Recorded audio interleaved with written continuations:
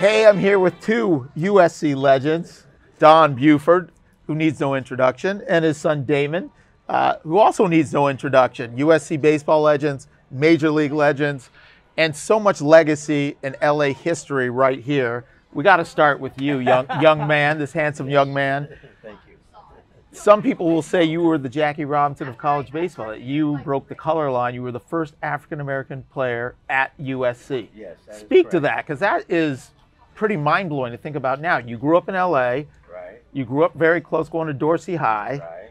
You show up on campus. Talk to me about how you got to SC and what that was like for you. Well, actually, when I finished high school, I had sent letters to the different colleges around and see if I could go to college and get some kind of athletic support, athletic aid, and turned down. So I went to LA City College. Oh, LA City. And then I stayed there for 1 year and decided I'd try to go to UCLA or SC or Pepperdine. Got it. Pepperdine was on Vermont Avenue at that time. It was? It wasn't at the beach? No. And so I ended up talking to the coach at Pepperdine, and I told him I played football in high school and baseball too, so I played both at Pepperdine. But he said, no, I don't have any athletics assistance for you. So I said, okay. So I decided to walk on. I went out to UCLA, talked to Art Reichel. Of course, the same story, basically. And then I decided to come over and talk to Coach Dedeaux here. And I came over, and of course, he said, Tiger, you're welcome to come out. Because I'm paying my own way the first semester anyway. Got it. So you paid. You came and paid. I paid my own way the first semester. And said, Coach, I said, I was invited out. I said, I can't continue on at SC unless I have athletic support. And I said, I played football, and at that time, SC they were on probation and stuff. So I said, okay, I'll probably make the football team, then I'm taken care of. So went out to spring training. So Coach Dedeaux went and talked to Don Clark and the other coaches and said, let this guy come out. You know, you need tackling dummies and dummies for scrimmages and everything else. So you can let the kid come out. Yeah. You don't hurt nothing. Be the dummy-o. Yeah. He can be, he can be a tackling dummy. Yeah. Or, be opposition so your players can, if they have fun tackling. So anyway. So that's how you got to play football. That's target practice. I was target practice.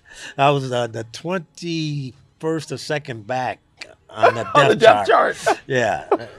And so that was after 2 weeks, I was 1 and 2 though. You were 1 and 2. They saw the speed, and you shot up the depth chart. Yeah. So you had to play both ways at that time. Oh my God. So that was to my advantage because I had played both ways anyway. So that paid for school, being on the football team. That took. Oh my God! What a story!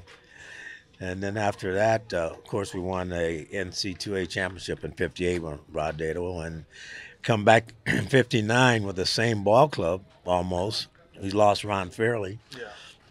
And I tell Fairley to this day, I said, thank you for signing with the Dodgers because that ended up I could be first string. Got you in the lineup? Yeah, got me in the lineup. I said, so thank you for signing. Yeah. But anyway, we ended up in '59. We won. We were champions of the West Coast, and we went to the playoffs. We won the first 2 games in the playoffs, getting ready to go to Omaha, and we got a telegram. Rod Dedeaux got a telegram saying all the teams at SC are on probation. Oh, so no. we couldn't go to Omaha in 59. And but Coach O'Malley, Mr. O'Malley of the Dodgers invited the College World Series championship team to play us at Dodger Stadium, all expenses paid. And they refused. I bet. Yeah, I bet they didn't want to get whooped. They didn't play us. So you had some pretty good teams. Yeah, we had unbeatable. We had some talent on the ball club. But that's my story. That's your story. SC. So you had a good experience at SC. What did the baseball legacy and the baseball experience do for you in terms of your foundation for life after college and life after baseball? Well, I just always thought that I could give back somehow or another. So we worked out a situation with Compton Unified School District to work with the kids and teaching them basic fundamentals in sports and etc. And so Jamea Bond, who had also attended SC, she was athletic coordinator and stuff. So we ended up signing an agreement with them. First, we signed a 3-year agreement. And this last one we signed is a 5-year agreement. Yeah. So we've done probably 1,500 to 2,000 T-ballers as little kids, and teaching them with a wiffle ball and a bat, swinging a bat and running the bases and having fun. And then we did the upper grades. And so now we're if we get Jackie Robinson Stadium in the future, we'll plan on having a tremendous program where you have league play in the summer for the high school and middle school kids. And so you have an all-around program, which won't cost the kids a lot of money because we'll have the parks and recreation. So therefore, it makes sense. So you've been able to give back a lot Yeah, to the and community. it's just like here, we're having all of these kids.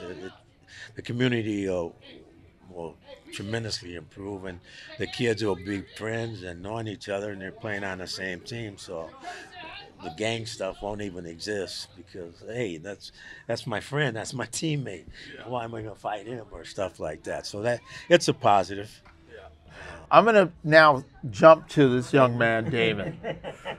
When I was coming up, your team was unbelievable here at SC. You went to Birmingham High, another LA City product. You came here. Talk to me about the guys that you played with, what that was like, and the lessons, life lessons that you learned being a part of the baseball program, and how that's helped you propel forward after baseball and after school. Well, for me, baseball has kind of been a microcosm of my life, what I've been able to see and accomplish inside of baseball. So when I came to SC, it was 1987. I had a pretty good, decent high school career. Yeah, pretty good. Yeah, so I come to SC, and I was fortunate at the time because I had scholarships similar to yourself to smaller schools that I was offered. Yeah. At the time, my dad was a coach here at USC, and so I was able to come here. They knew I was coming, but as a walk-on. Not really expected to do much, just kind of like yourself, just come on the field and see what happens. Well, played, had a pretty good fall season, and then we go into the regular season, and I think it was the 7th game of the year. Someone got hurt. John Jackson, I think, got hurt. JJ got hurt. Yeah. And they slide you my in? road roommate. Hi, JJ, by the way. Yeah. Shout out to JJ. So the 7th game, and we were on a roll. We had won the first 7 games, and then he got hurt, and so I was able to go play left field. Very first time in my life playing the outfield. I grew up as a second baseman. Yeah. So here you are in college. My very first game. And I remember we go into the season against UCLA, and I think his name was Charlie Fialco, hit a high fly ball to left field. The most routine fly ball you can have. Turn, run to the track, camping. I wasn't a left fielder at the time. So on TV, ESPN. Oh, game, God, you're and first. I'm talking about the ball comes, hits right here on the palm. Oh. And you talk about feeling. That's a great memory. Yeah, it's one of my first. I don't want to remember. Welcome to college baseball. Oh, poor dad was having a heart attack. So I learned quickly what it was like to feel like you were naked on an island. Yeah, you're all by yourself. All by yourself, no one watching. But yeah. So I was able to play, and I think that particular year we won the first 15 or 16 games. Started off hot.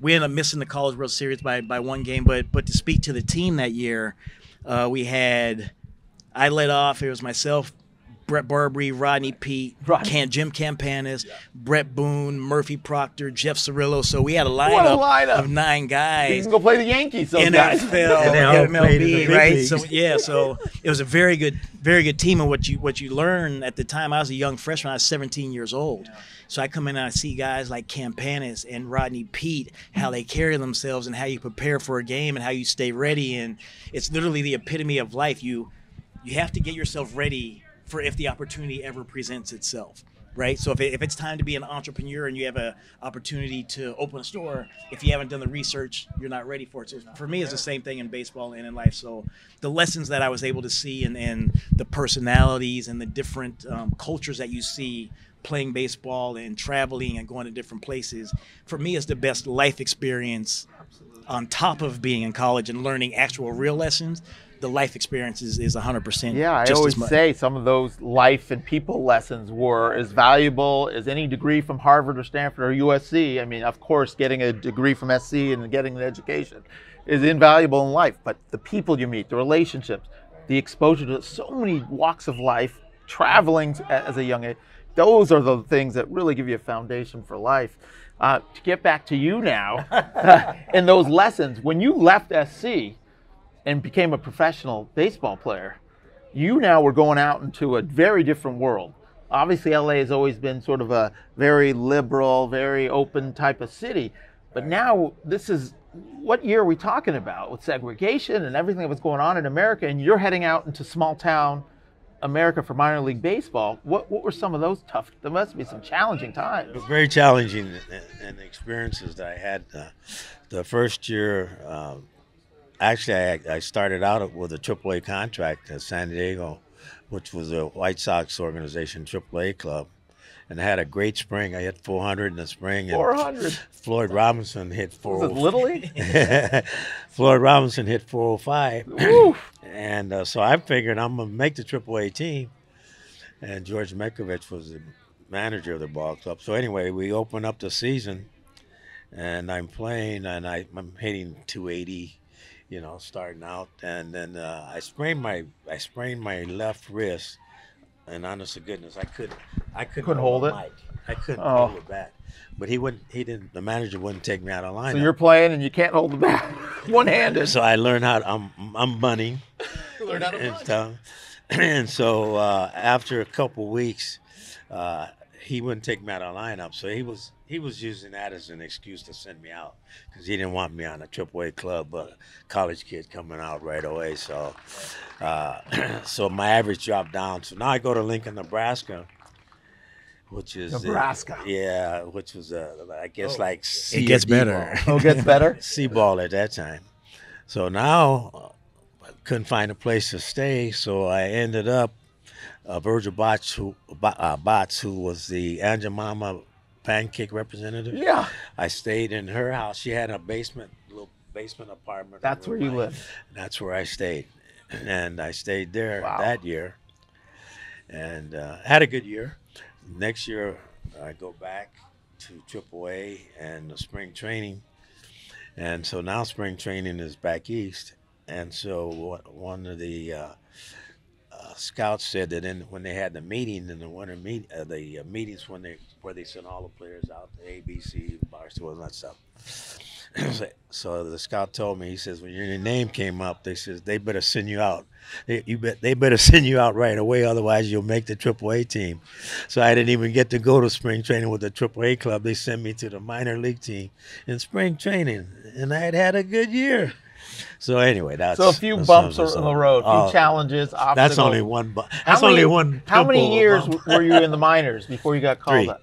3 years. So, relatively speaking, that's very quick. Yeah. And then you get called up with the Orioles? No, I was White Sox. Oh, you got called up with the White Sox. Yeah, I ended up in AAA, and I was the MVP in AAA. And awesome. Where was that? Charleston, South Carolina? What? AAA. No. We were Lincoln, Nebraska. Nebraska. Yeah. So I ended up being the MVP in AAA, and actually I'm in the AAA Hall of Fame for Lincoln for the ball club. And then I was called up. When I was called up to the White Sox. I replaced Nellie Fox, who was a Hall of Famer at second base, but they had the expansion, so Nellie Fox went to Houston, and so I ended up being the starting infielder. What year were you called up? 63. Let's see if you can remember this. So getting called up as a rookie in 63, what is the minimum big league salary? Minimum salary in the big 63 leagues was like $7,000 Wow. or something like that. And were you like, this is incredible? It was all relative. That was a lot of money, right? No, not really. Oh, it wasn't. It wasn't. but it was big league salary. It was a big league salary. It just wasn't like today.